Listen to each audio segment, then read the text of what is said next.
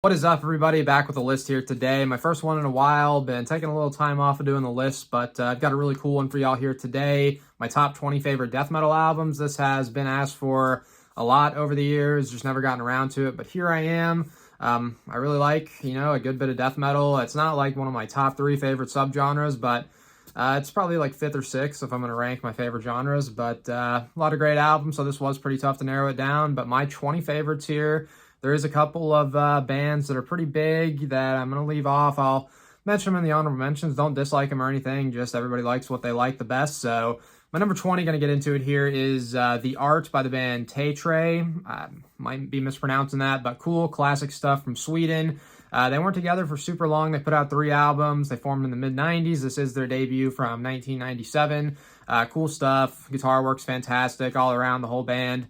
Great musicianship, cool vocals. Looking at these songs, the title track is great. Prince of Many Faces is awesome, and probably The Halls Have Eyes are a couple of my favorites, but top to bottom, really cool, underrated album. Check it out if you don't know it. Number 19, and I will say there's a few albums on this list that kind of border death and black metal, but I'm going to count them. And here's one that definitely has black metal elements. It's Murder by the band Gehenna.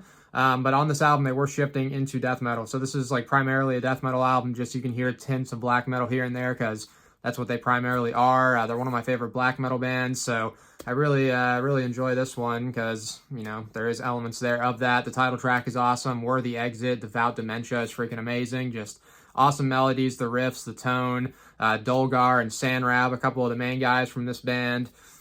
Love most of their stuff, so check out their other stuff. Check out this album if you don't know it, but that is my number 19. Got to get my list set up correct. I got to shift through a couple of pages here just to stay in order, but my number 18, I'm gonna go with Hate by the band Sinister. I'll try to say where everybody's from, but Gehenna is from Norway. Sinister is from the Netherlands. The Netherlands actually has a pretty cool death metal scene, several really good bands from there. But this one from 1995, cool album. It's their 3rd overall. The first 2 are pretty cool. They released like 14 total or whatever they have, so a lot of stuff after, but this is my favorite.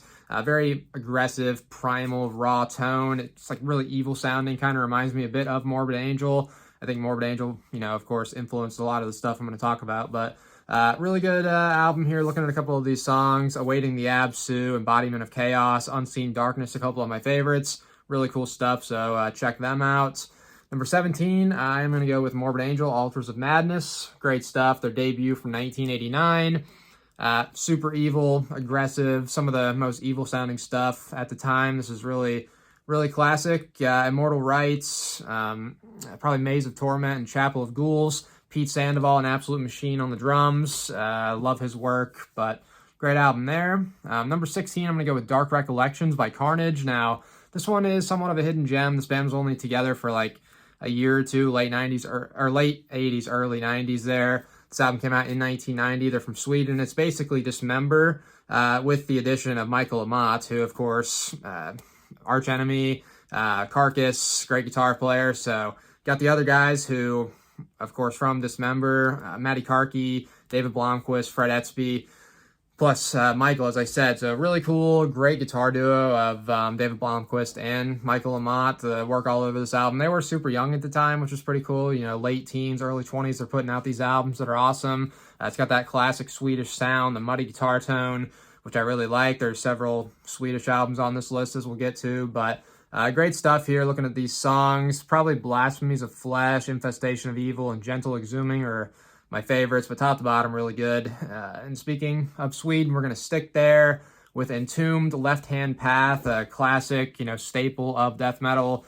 Most people love this album. It's, debated whether this one or Clandestine by a lot of people, like their first or second album, which one you like better.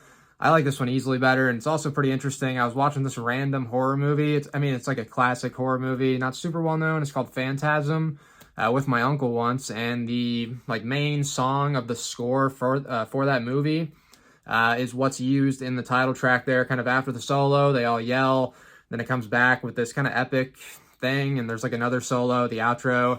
But that's the main score music from Phantasm, and I heard it. I'm like, whoa, this is from Entombed's Left Hand Path, and my uncle has no idea about any heavy music like this, and he's like, what are you talking about? But I thought that was pretty cool when I heard it, and that's a pretty epic part of that song, and really great song in general. But Drowned, I've always really loved. Revel in Flesh, really, really cool album.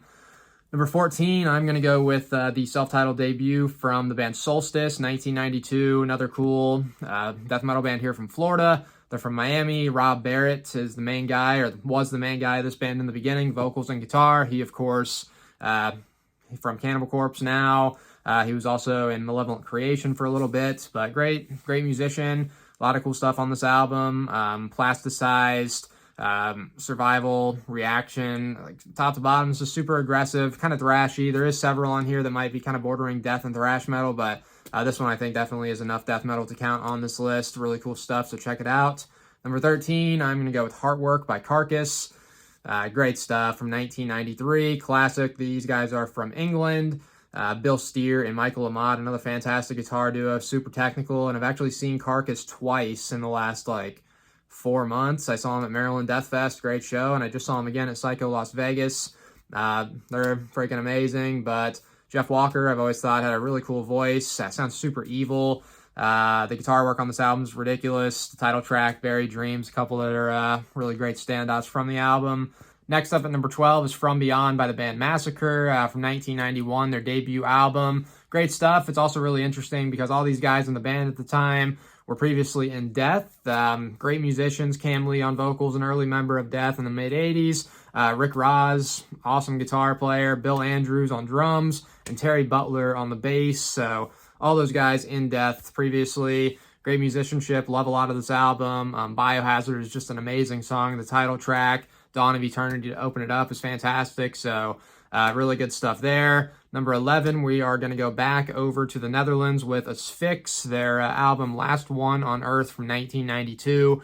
Great stuff. Some kind of doomy elements almost, just very heavy and dark and awesome. The Crusher's amazing. Serenade in Lead. Title track's great. Incarnation of Lust. Love a lot of this album, top to bottom. Super awesome. So that is my number 11. Number 10, I'm going to go with the 10 Commandments, the debut from Malevolent Creation. Great stuff here. The vocalist, Brett Hoffman, he was in and out of the band a lot. He passed away, so RIP to him, but he's got a really cool voice. Phil Fasciana, great guitarist. He's been their sole constant member from the beginning back in 1987. Great riffs all over a lot of their stuff. Premature Burial's great. Multiple Stab Wounds, a couple of my favorites there. So continuing on here in the top 10, we're at number 9, moving along pretty good.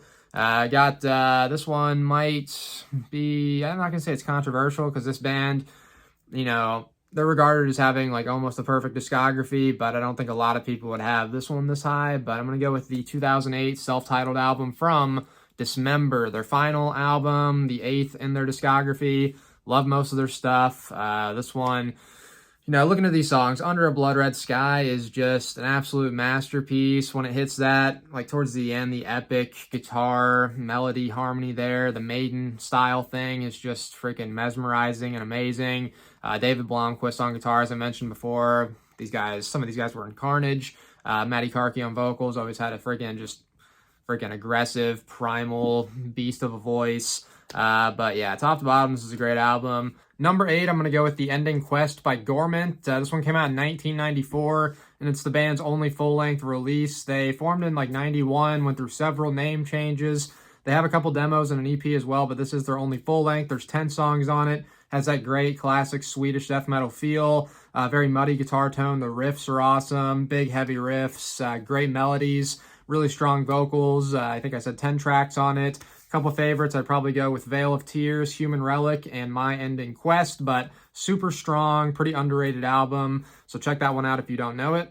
Number 7, I'm going to go with Lucifer, Incestus by the band Belphegor from, this one came out in 2003. These guys are from Austria, super evil. This is actually the heaviest band I've ever seen live, I'd probably say. I did see a lot of heavy bands at Maryland Death Fest, though, but I think the show, I saw kind of a small club back in 2018 or 19. It was Belphegor and Dark Funeral and a couple other bands, but dude, Belphegor was insane, and this album is my favorite by them. The Goat Christ is insane. Diaboli Virtus Lumber Est, it's hard to pronounce some of this stuff. The title track, love these guys. They got a lot of cool stuff, but Number 6, I'm going to go with another one by Dismember, death metal from 1997.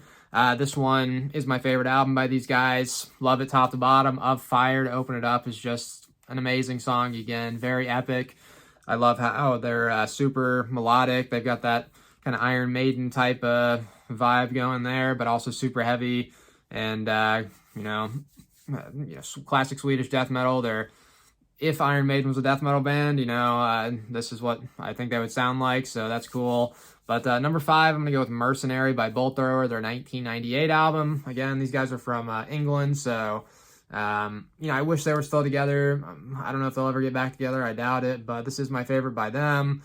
Super heavy riffs. That is all I got to say, dude. Just amazing riffing, the tone. They're kind of more mid-paced, but just freaking mind-crushingly heavy riffs. Number 4, I've got Human by Death. So Death is another band, dude. You can say their whole discography is pretty much just perfect. Like, they got so many good albums. I wouldn't be surprised any album anybody says from them I could see being towards the top of a list like this. But Human I've always really liked. I think Sean Reinert was a fantastic drummer. You can tell, like, right from the beginning, Flattening of Emotions is amazing. Suicide Machine. Chuck Schuldiner was a mastermind musician. I really like his voice. His guitar work's insane.